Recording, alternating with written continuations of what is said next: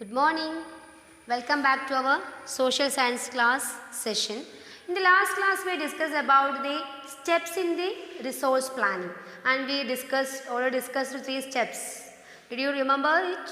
The first is identification of the resources and also the invention of that resources from the across the region of the country, and the second one is prepare a planning structure, and third is matching our plan with the overall national plans. And today we discuss another topic, okay, and as the continuation of the previous session, we have to discuss some features, okay, some factors related to our resources.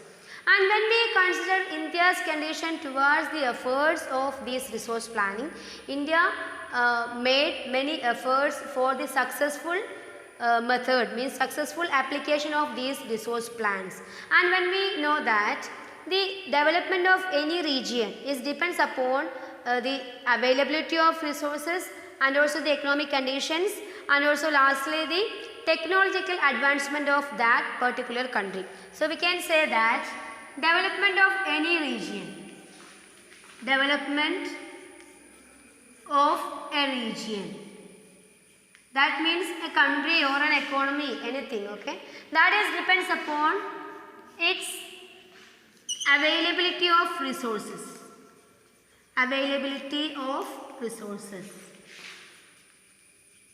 And the second factor is economic conditions, economic conditions. And the third is technological advancement, technological advancement. These are the main factors that helps a region or a country to become a developed area. So the first is availability of resources. If the resources are abundant, then the country can develop as fast it can possible, or as fast as possible. Then second is economic condition. If a country is strong, means economically strong, it can allocate its resources in a proper manner, and if a country is economically weak, it can adopt proper technological helpings or proper technological needs for its proper allocation of resources. Then third is technological advancement, and this is helpful for all developed nations, okay. Then we move to, when we examine the history of colonization, we can say that a colony having high resources, means a colony with abundant resources become or were the main attractive center of any foreigners, okay. History of colonization, history of colonization, that shows colony having rich resource availability, rich resource availability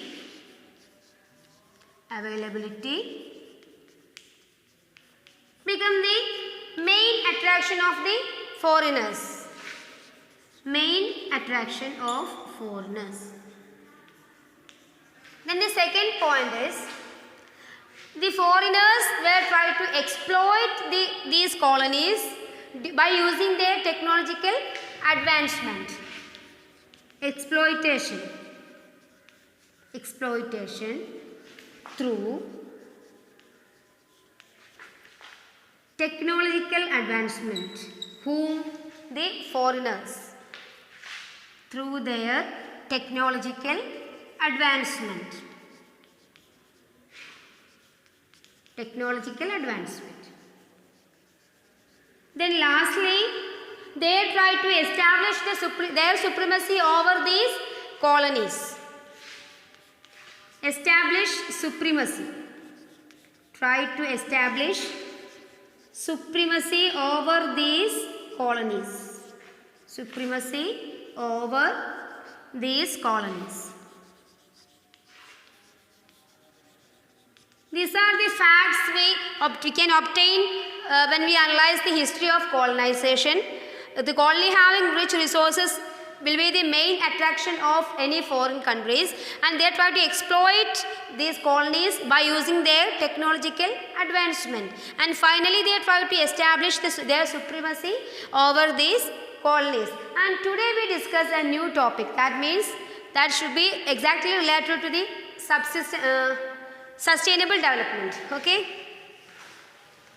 that is the conservation of resources. Conservation means try to protect or preserve our resources, and should realize the fact that these resources are not only the source or not only the resources for the present generation, but also for the future generation. Okay, and it is the duty of every individual, or it is the duty of the society and human being is to conserve our resources and also to extend or to preserve these resources for the next generation. Our today's topic is conservation of resources. Conservation of resources. When we examine this topic, we can realize that it is the responsibility of any human being, or it is the responsibility of each individual to conserve his or the country's resources, and also try to extend or try to preserve these resources for the fulfillment of the needs of future generation. Okay. Then many leaders, thinkers, they were trying to uplift this concept, especially when we took the famous quotings of Gandhiji. We can say that then on the concerning, or while he concerning the conservation of resources, he says there is enough for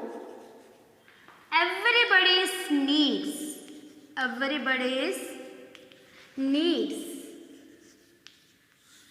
and not for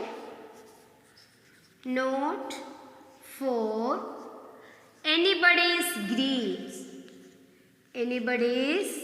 greeds. So these are the rhyming words, and one is the necessary thing and the another one is the unnecessary thing, that is the greediness. Okay, and according to Gandhiji, our resources, these quotings means our resources are enough, or we can use our resources for our necessities, and we cannot, or we try to avoid the overutilization of these resources for the fulfillment of everyone's greeds. Okay, these quotings try to give the importance of this conservation of resources. Okay, then we examine what are the efforts made at international level for the conservation of resources. And one more thing is that Gandhiji encourages the production by masses, and he is against mass production. Okay, let us examine what are the differences between mass production and production by masses. Mass production, that is the collective production. Mass production, and also the production by masses. Production by masses. Gandhiji was against the mass production because according to him, this mass production will lead to concentration of these resources and also the powers within few hands, and also it leads to create two groups in a society, that is haves and have-nots, that means rich and poor. So he was against the mass production. At the same time, he was encouraging the production by masses because it ensures the participation of all sections of society without or irrespective of their economic, social, political conditions. Okay, whether they are rich or poor, whether they are developed or underdeveloped, whether they are educated or not. Okay, without considering these criterias, just to participate all sections of society in the economic activities or the resource allocation process. So Gandhiji encouraged this. What is it? Production by masses. Okay, and he discouraged or he was against the mass production. As a result of mass production, that will lead to two results, or that will create two results. First one is concentration of resources and power within few hands. This is the first product of mass production or first result. And the second one is division of society. As a result of mass production, that will create division of society.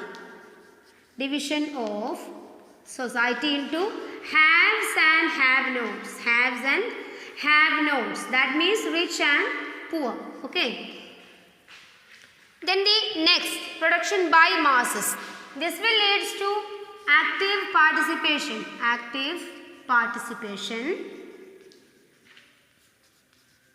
Participation by all sections. Okay. Then the second is no consideration. That is similar to this. Okay.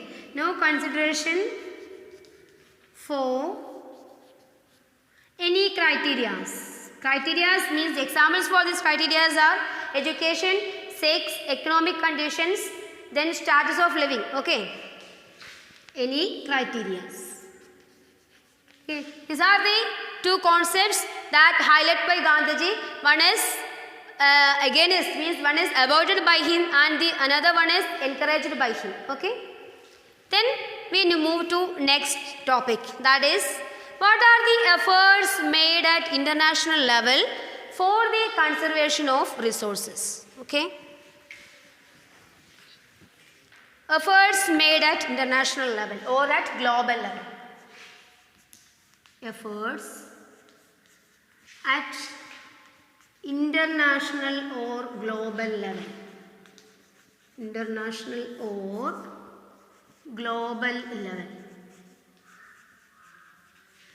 There are mainly 4 efforts made at international level for the concept of conservation of resources, and also some efforts are related to sustainable development. The first effort is made by Club of Rome. That was in 1968, and we can say that it is the first systematic effort made for the efforts for the conservation of resources. Okay. Then the second one, it was just the adoption of Gandhian principle, that is the mass production or try to conserve our resources for the fulfillment of the needs of future generation. Okay. And the second one, we can say that it is the adoption of Gandhian principle, and that was made by Schumacher in his famous book Small is Beautiful, and its year was in 1974 by Schumacher. And we can say that adoption of Gandhian principle. Principles or ideology. Principles that was made by or done by Schumacher in his famous book Small is Beautiful.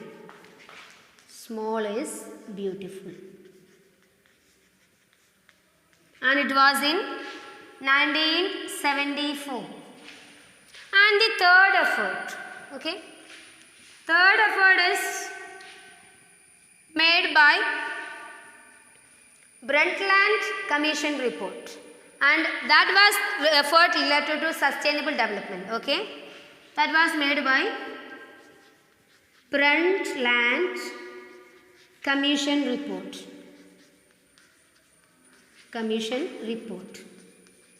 And they published their articles related to sustainable development in their work entitled by Our Common Future. That is related to sustainable development. Okay, sustainable development. and it was in 1984. It was in 1987. Okay, 1987. And the last effort was made by the first International Earth Summit that was took place in Rio de Janeiro, Brazil in 1992. Okay. For International Earth Summit. International Earth Summit. Earth Summit. It was in 1992. We already discussed this. Yes, when related to the Summit of Sustainable Development. Okay, we can include this also in the conservation of resources. Okay, as the part of international summits or international efforts for the conservation of resources. So these are the four major efforts made at international level for the conservation of resources. Okay, and these are the important topics we discussed today. And one more topic we have to introduce, means the before entering our land utilization or the land as a major resource, just try to introduce, means just try to enter the introductory part of the land. Okay. So our next is land as a resource. Land as a resource. And in this we just discuss the introductory features of land. Okay. Land as a resource. Land as a resource. Here we can say that land is the free gift of nature, and also it used for the natural vegetation, then human life, then wildlife, economic activities, then transport and communication. These facilities are occurred through the resource, namely land. So we can say it is the gift of nature. Gift of nature. Then helps for natural vegetation. Natural vegetation. Then wildlife. Wildlife. Human life. Human life. Then economic activities. Economic activities. And lastly, transport and communication. Transport and communication. These are the areas we discussed when we examine land as a resource. Okay. Then we say India is the land of different diversities or land of different areas. Okay. And it is the gift of nature, then helps for natural vegetation. And also thirdly, it is helpful for wildlife, then human life and economic activities, and also transport and communication. Then we analyze what is the condition of India as the land of diversities or land of remarkable resources. Okay. When we say about our country, India, we can say India is the land of, firstly, mountains, then plateaus,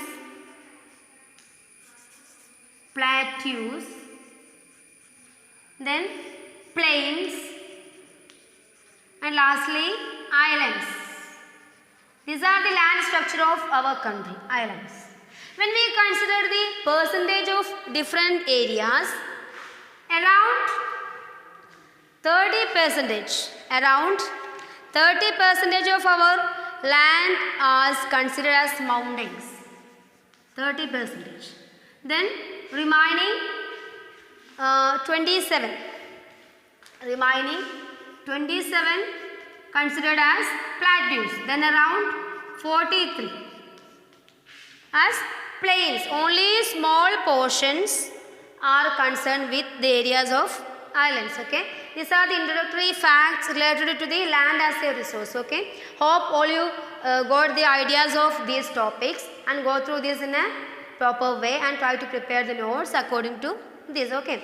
Okay students, let me conclude. Today we discussed the important factors, means important topics like conservation of resources and also the efforts at the international level, and just the introductory factors of land as a resource. Okay. Then I will end our session, today's session, and hope all should prepare your notes in a better manner and try to prepare studies in a better way. Okay. Thank you, students. Have a nice day.